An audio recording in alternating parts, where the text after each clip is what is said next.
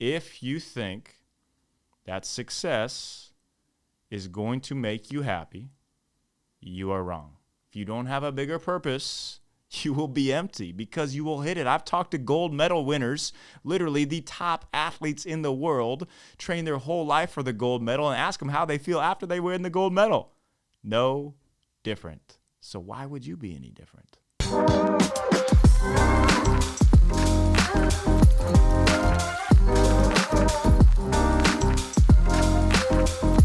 Hey, it's David Nurse, and I'm here to help you transform and not conform. Today, I want to talk to you about the prison of success. Wow. Everybody's seeking success. You're probably listening right now. You're like, David, I would love to be successful. Would you? Really? Comes with a price. The prison of success. Success is a driver, but not always the best driver. Pedal to the metal. Hustle culture. And eventually you will get there. But what happens when you get there?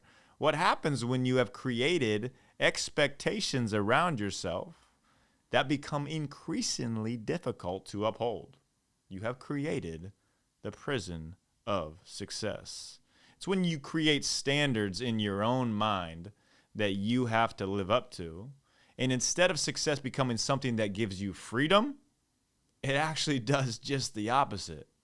And that's the funny thing is we look at this, hey, I want to have financial freedom. I want to have work freedom. I want to be successful. But once you do, and I've seen so many people go down this path, millionaires, billionaires even, where they keep working and working and working because they feel like if they don't, then they become irrelevant. It's one of the biggest fears that we have. We are validation seekers at heart. Human beings want to be told, oh, how great you are doing. We want to be seen by others. Everybody says, no, I don't care about being famous. Yeah, you're probably lying to yourself. You do.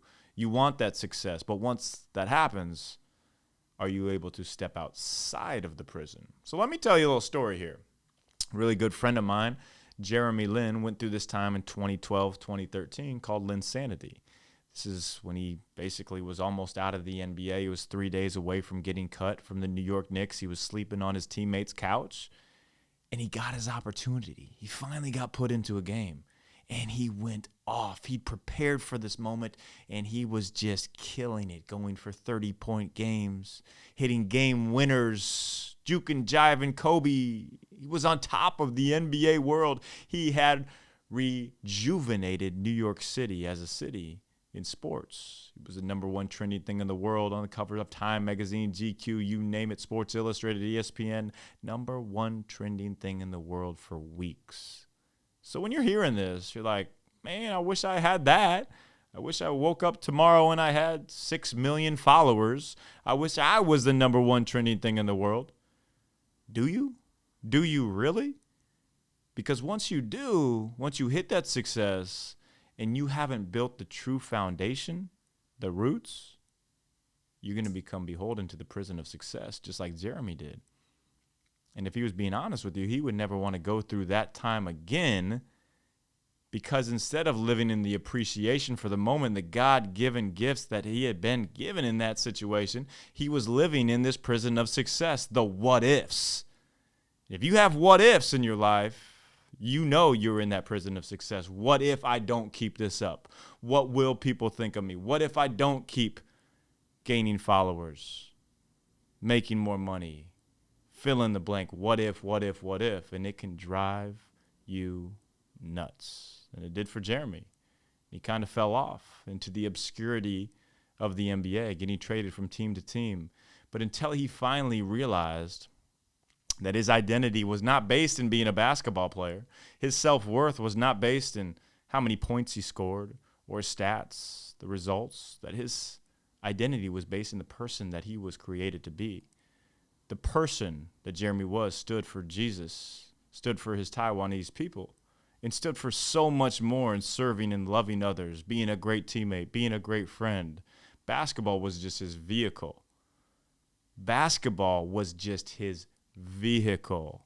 Your success that you have is your vehicle to so much more for a bigger purpose. That feeling when you are just recharged, you don't have any sickness, no ailments, you have full, optimal energy, you are functioning at your highest level. You want to recreate that? Yeah, sure, you do, I do, we all do. And then you can times it by 10. What I'm about to tell you is going to blow your mind. So hold on here. This is real. Hyperbaric chamber. If you don't know what it is, look it up right now. Look up Eleve Health, ELEVE health.com. It's an oxygen miracle. What it is, HBOT, the hyperbaric chamber. It's a simple and non-invasive therapy where you go into this. It places a body in a pressurized environment that allows extra oxygen to dissolve in the blood plasma and travel freely throughout your circulatory system, getting more red blood cells flowing naturally to the body's function. It's going to help you kill off any harmful bacteria. It's going to help you detox, increase your oxygen concentration, resist and fight infection, heal wounds faster, improve oxygen supply, reduce swelling, stop infection, lower inflammation, all while you're relaxing in the chamber. I kid you not. This is what the pros, the top Olympic athletes, what everybody uses for the highest optimization recovery. This is called Hyperbaric Chamber, HBOT, from Eleve Health, ELEVE health.com. Message me separately, too, if you want to get a specific deal on this. Check it out as you're a sports team, if you're an individual, if you're just somebody who loves optimization. It will be an absolute life changer for you. If you think that success is going to make you happy, you are wrong. If you don't have a bigger purpose, you will be empty because you will hit it. I've talked to gold medal winners, literally the top athletes in the world, train their whole life for the gold medal, and ask them how they feel after they win the gold medal. No different. So why would you be any different? So the three main reasons that we create this prison of success, I'm going to give you the three. The first one is we want to be liked. We want others to say how good we are. That's why the dopamine rush of seeing an Instagram like, or you put up a post and you check how many likes you have 96 times within the hour. That's why you do it. The dopamine rush is this effect going on in our brain that tells us we matter. It actually happens in the reward center of our brain is the ventral striatum. And this lights up when we get validated. That is why, essentially, we do what we do for validation of others. In a study done in Montreal in 2019 by psychtests.com, they studied 14,000 people on a self-esteem test. A massive reason why we do not feel validated is because our self-worth, our self-love, our acceptance of who we are is very low because we base that acceptance on the validation of others. You see how that cycle works. First, you have to understand you are the person that God has created you to be. You don't have to be anybody else. You don't have to run somebody else's race. But we seek this validation, so it causes our self-esteem to lower. Of the 14,000 people surveyed, 33% of people needed to be liked by everyone. By everyone. They thought everyone needed to like them. That will not happen. 49%, almost 50% of people needed to be liked, considered themselves worthless or useless if they were not liked. What? Half? 7,000 of the 14,000 people considered themselves useless if they were not liked. 39% of the people who felt like they needed to be liked thought they would never amount to anything of significance. 39% of people who seeked the validation of others thought they would not amount to anything significant. 50% of those people consider themselves boring if others did not validate them. Holy smokes. How crazy is this? The self-esteem placed on the opinions of others. The allodaxophobic, the person who fears other people's opinions, lacks self-worth.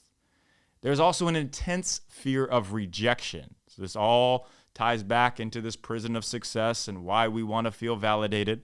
Of the people surveyed, 71% of people who needed to be liked are afraid they will be rejected by their friends. So they think their friends won't even like them. Are they really your true friends if you have to fear that they will reject you? Probably not. 65% of people who needed to be liked felt like they weren't attractive. So now we're even going into your physical traits. If you need that validation, you feel like you're not attractive. 65% of people. Incredible.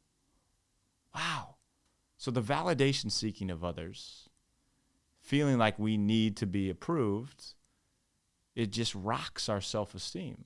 I looked up some stats on this. Check this out. This is incredible. 31% of adults worldwide have more confidence based on clear skin. 31, that's almost 1/3 of people. Like, hey, you got clear skin, you're more confident. Get this, better looking people, meaning of just the term, the clear skin as we're putting that with, earn 12% more financially over their lifetime. 12% more? That literally could be millions of dollars. You are investing a lot into the lab, into the science, into the research. It is so far a no-brainer why anybody would use anything else other than OneSkin. Like, is there anything like you can even think of that makes sense? Like, I'm trying to and I can't. I want to say, out of the kindness of your guys' heart, you are providing for our listeners a special pricing code, which will be in the show notes. So look in the show notes to try out OneSkin for yourself. Strongly recommend to subscribe to our newsletter. We want to empower everyone because we know that the choices that we are making today will definitely impact how you're are gonna age tomorrow.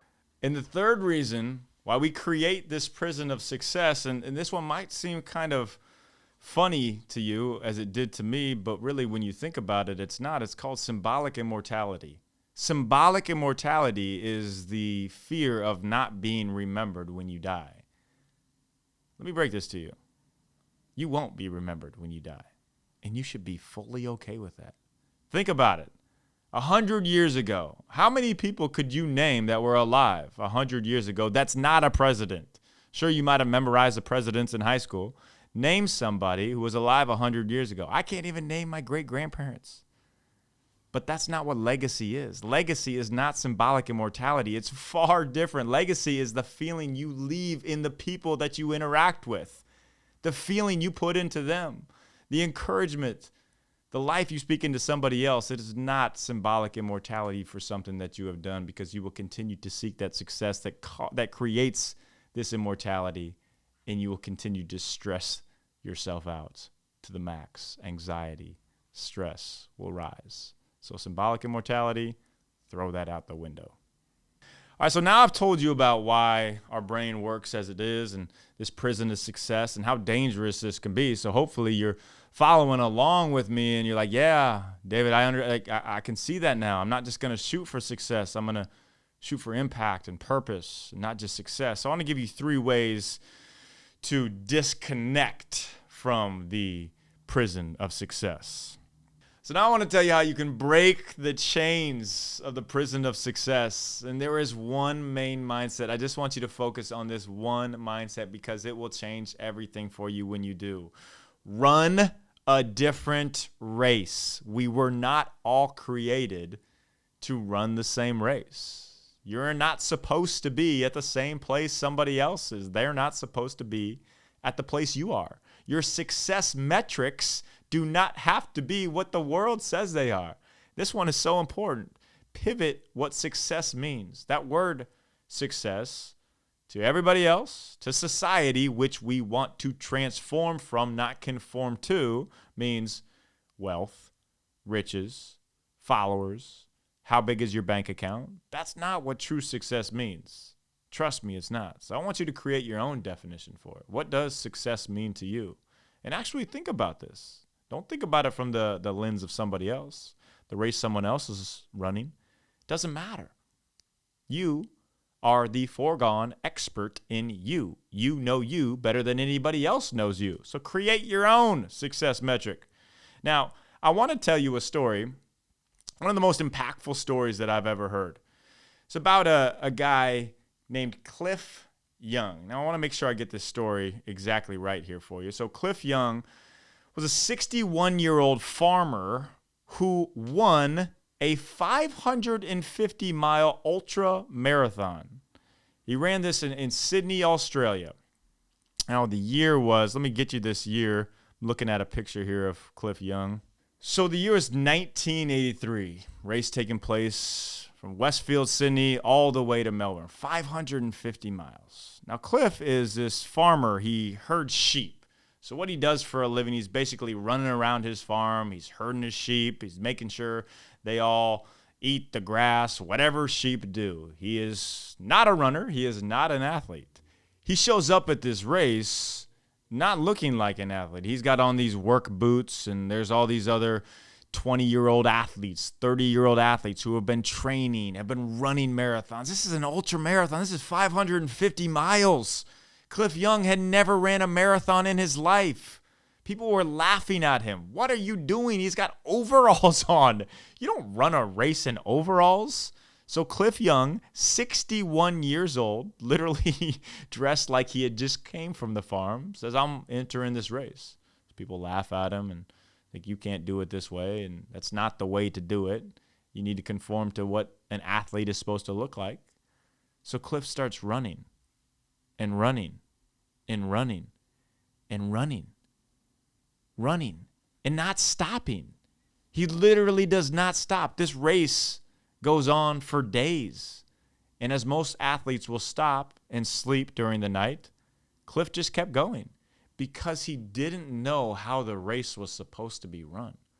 That's the biggest point I want you to take away from here. He was running a different race. He didn't know this definition of success and tried to do it like everybody else did. He ran his own race. In his time, Cliff Young's time of 5 days, 15 hours, and 4 minutes, was a full 10 hours faster. A full 10 hours faster than the runner-up. Almost 2 days faster than the previous record had ever been at the Sydney Ultra Marathon. Cliff Young breaks the record by nearly 2 days. Days faster. This 61-year-old running in a race with 20 and 30 sums. Never ran a marathon before in his life. 550 miles because he ran a different race. And I want you to think about that in your life. Are you running the same race as somebody else? Are you comparing yourself with others around you? Are you saying, hey, I have to hit this success metric or I will not be complete. I will not be fulfilled. I will not be content. That's the question you need to ask yourself. Because I'm telling you, you can create a prison of success. You can be ultra successful in the eyes of the world, but you can be completely empty inside. You can feel like this prison is just weighing down on you. The shackles are containing you into that prison that you have created. So break the shackles today and do not conform, but transform.